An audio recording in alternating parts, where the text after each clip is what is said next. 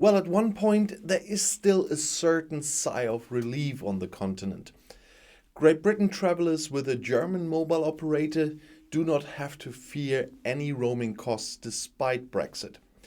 Telefonica Germany, that's O2, and 1&1 Drillisch will also not charge any roaming fees at least until the end of the year if their customers are surfing in Great Britain on their mobile devices, as the companies announced at the request of the German press agency. You heard what I said about the British ones in a former video. Deutsche Telekom and Vodafone had previously announced that they would not charge any costs for the time being.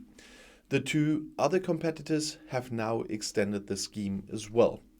Although the UK de facto dropped out of the EU's roaming regulation with Brexit, providers on both sides did not initially charge any additional fees for the use of mobile data in the respective foreign country. In Great Britain, several providers want to say goodbye to free roaming in the EU and introduce fees for their customers this year. Virgin Mobile and the British O2 announced at the beginning of the week, however, that they would continue to forgo roaming charges. Within the EU, the cost for roaming, that means mobile internet surfing abroad, were abolished in 2017. Since then, European mobile phone users have been able to make phone calls or surf the web while on vacation, largely without any worries. This also applies to consumers from Germany for the time being in the United Kingdom, even though the United Kingdom made its final break with the international community a good year ago. Consumer advocate of the British comparison portal Which called on the UK and the EU, according to the BBC, to reach a general agreement on this subject in order to protect customers from fees in the future. And Brexit also has an impact on car traffic, because after the transitional regulations between Great Britain and the EU expired at the end of 2020, drivers should carry the green card with them when they travel to the island and also take out legal protection insurance. I talked about this a while ago, but it's important to repeat that because in an accident it gets more complicated, also warns the German R&V insurance. Since January 1st, 2021, the British authorities have been able to require EU citizens to provide evidence of their insurance cover when entering the country, explains Hans-Peter Luckhaupt, motor vehicle expert at R&V Insurances. This is easy and uncomplicated with the International Insurance Card for Motor Transport, commonly known as the Green Card. Car owners can obtain this document for free from their car insurance company, no matter with which you are. Within the European Union, German drivers, for example, who are damaged abroad by a vehicle from another EU country, can contact the German representative of the opposing liability insurer. This way you can make claims for damages faster and easier, explains Lookout. Things now look different after Brexit. If Germans, for example, are involved in an accident while traveling to England, Scotland, Wales or Northern Ireland, their contact is now exclusively the British insurer. Then, in many cases, motorists need a British lawyer to support them. But that can be time-consuming and expensive, especially if a lawsuit is necessary.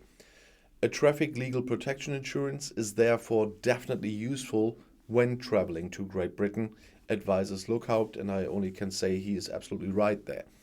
In the event of an accident with a British vehicle in Germany, for example, nothing changes. The support from the German Green Card office in Berlin continues to exist. The British economy has not only been hit by the corona pandemic and global supply shortages in the past 2 years, to continue on the Brexit topic. At the same time, Brexit was completed with the exit from the EU on January 31st in 2020 and the exit from the EU internal market and the customs union on December 31st in 2020. One of the most serious direct consequences is the massive shortage of foreign workers, for example in the transport sector, which continues to this day. The number of vacant positions is currently at a record level. With the turn of the year, some of the previously applicable transition rules expired a year ago, and now even more, for example, for the import of food from the EU. Other aspects of economic relevance remain open and complicate the situation for companies. For example, the concrete implementation of the Northern Ireland Protocol, through which a hard inner Irish border with goods checks is to be avoided. And the slump in the British economy in the crisis year 2020 at 9.7% was already stronger than in most EU countries. According to the Kiel Institute for the World Economy, that's the IFW Kiel, British GDP was still around 2% behind the level of the end of 2019 in the third quarter, despite economic growth of 6.9% expected to be above average in 2021. Foreign trade with Germany has already declined continuously since the 2016 Brexit referendum.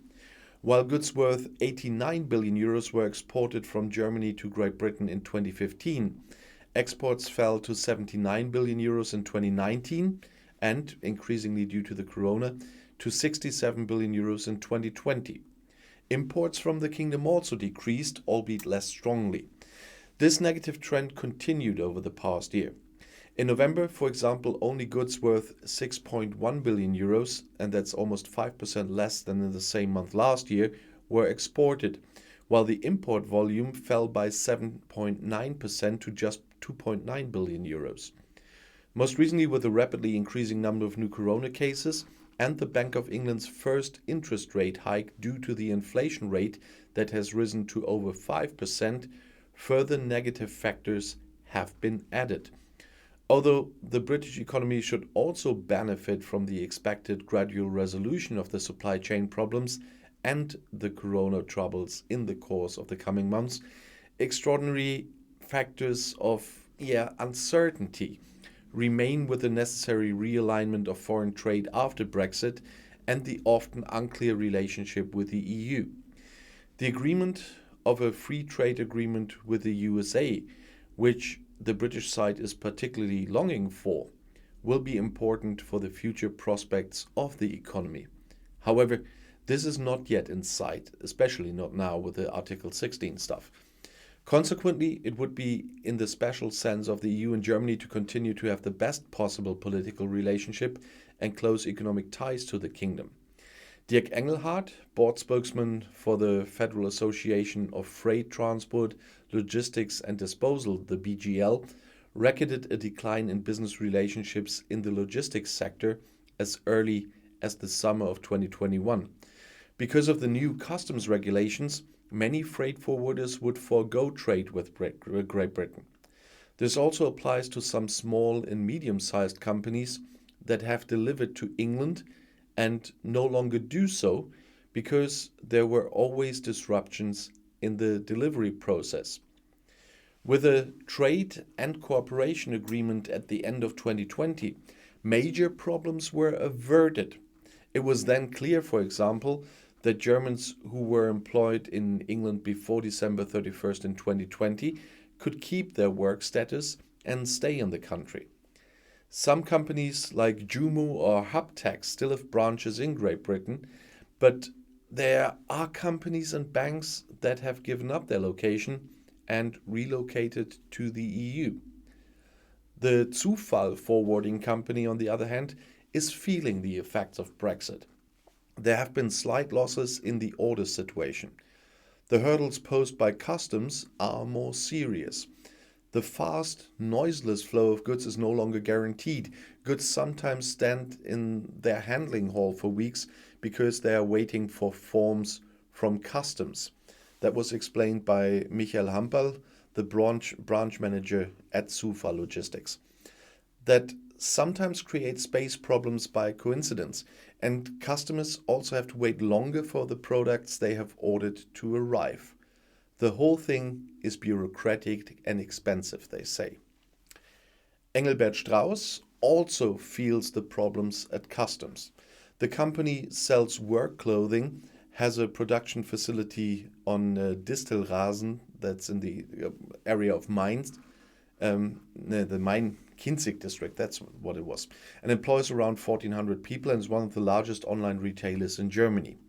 A company spokeswoman explains on the subject of Brexit, Strauss will continue to export to Great Britain in the future, but of course has to overcome higher bureaucratic hurdles, as extensive customs regulations and other formalities now have to be observed for the movement of goods.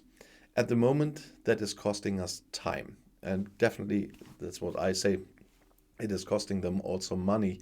And that will show in the future how this will develop. And I'll see you in my next video. Bis gleich.